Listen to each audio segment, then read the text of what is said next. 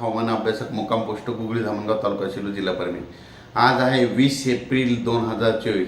आजपासूनचा परत शेतकऱ्यासाठी अंदाज देत आहे, पण हा फक्त 10-12 जिल्ह्यामध्ये अवकाळी पाऊस पडणार आहे।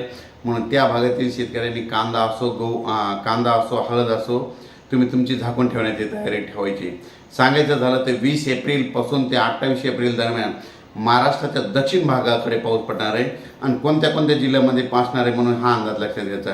सुरुवातीला आपण काय करू, म्हणजे कोल्हापूर, सातारा, सांगली, पुणे,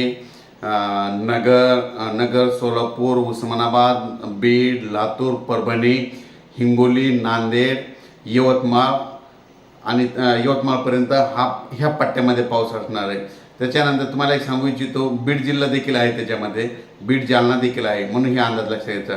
म्हणजे सांगायचं झालं तर आपण परत एकदा सांगतो, सातारा, सांगली, सोलापूर, कोल्हापूर, पुणे, त्याच्यानंतर नगर, बीड, जालना, परभणी, हिंगोली, लातूर, नांदेड, यवतमाळ, म्हणजे ह्या भागामध्ये 28 एप्रिलपर्यंत म्हणजे दररोज 2 दिवसांना परत एकदा येणार। म्हणजे एक दिवस येईल की पुन्हा तिसऱ्या दिवशी पाऊस येईल, म्हणजे एक दिवस आल्याच्या नंतर परत तिसऱ्या दिवशी 2 दिवसांना गॅप करत पाऊस येणार आहे, म्हणून हा अंदाज लक्षात घ्यायचा। म्हणजे काही ठिकाणी पाऊस येईल, काही ठिकाणी वारा सुटेल, कुठं पाऊस पडायचाच नाही, ही परिस्थिती राहणार आहे, म्हणून हा अंदाज लक्षात घ्यायचा। अचानक वातावरण बदललं तर लगेच एक मेसेज दिलेला आहे। पण परत एक सांगतो, आज आहे 20 एप्रिल। 20 एप्रिलला तुम्हाला एक माहीत असं सांगतो, मी पंजाब डक परभणी विधानसभा लोकसभा मतदारसंघातून मी वंचित बहुजन आघाडीकडून उमेदवार म्हणून आहे आणि परभणी जिल्ह्यात जर शेतकरी परभणी लोकसभेतले शेतकरी ऐकत असेल तर तुम्हाला सांगतो, एक शेतकऱ्याचा मुलगा आहे आणि शेतकऱ्याच्या मुलाला खासदारकीसाठी एकच चान्स आलेला आहे। तर माझं म्हणणं एक आहे, फक्त तुम्ही मला एकच मतदान करावे।